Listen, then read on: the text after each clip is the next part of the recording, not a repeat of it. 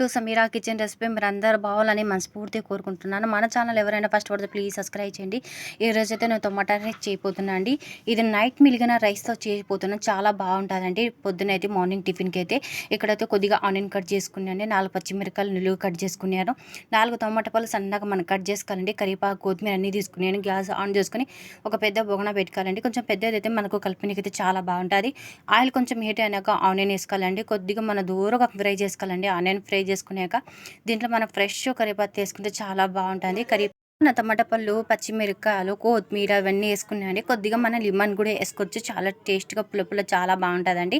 నేనైతే లెమన్ వేసుకోవాలండి. చాలా ఎక్కువ టమాటా పళ్ళు వేసుకున్నాను. చాలా బాగుంటుందండి టమాటా రైస్ అనేది. ఇక్కడైతే ఇవన్నీ వేసుకున్నాక తగినంత పసుపు యాడ్ చేసుకున్నాను, తగినంత సాల్ట్ అండి. కొద్దిగా మనం రెడ్ చిల్లీ యాడ్ చేసుకున్నాను.